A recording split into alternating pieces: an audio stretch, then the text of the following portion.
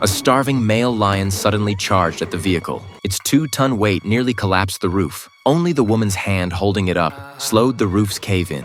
But the danger was still there. Then the lion frantically clawed at the car's body. Not only did the roof sink down significantly more, but it also nearly shattered the front windshield. Worse yet, in their panic, they forgot to lock the windows. Fortunately, the gap was too small for the lion to get its paw inside, but its violent shaking once again worsened the damage to both the roof and windshield. The people in the car could only cry out helplessly. Just as the glass was about to shatter, the lion suddenly stopped its attack. After all that struggling, it was tired too, so it slowly climbed down from the roof and walked to the front of the car. It seemed to have come up with a better way to hunt the people inside, so it calmly left. Seeing the lion leave, Lisa thought she and her 2 children were safe. But as soon as they sat up, they spotted the male lion crouching nearby, and it had called over several companions. The few people in the car had no way to drive off, because the car keys had been taken by the tour guide when he got out to use the bathroom.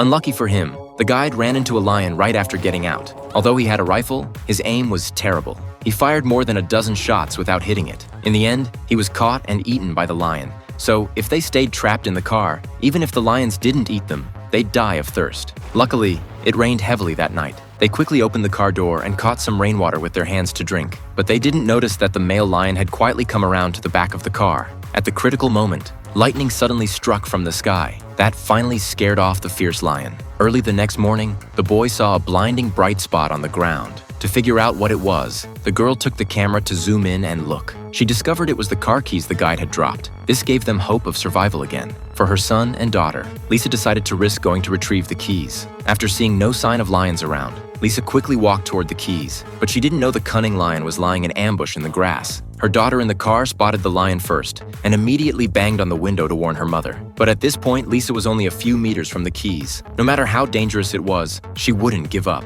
Just as she grabbed the keys, the lion also charged after her at sprinting speed. The 2 children in the car could only watch in horror, completely helpless as their mother was about to be caught.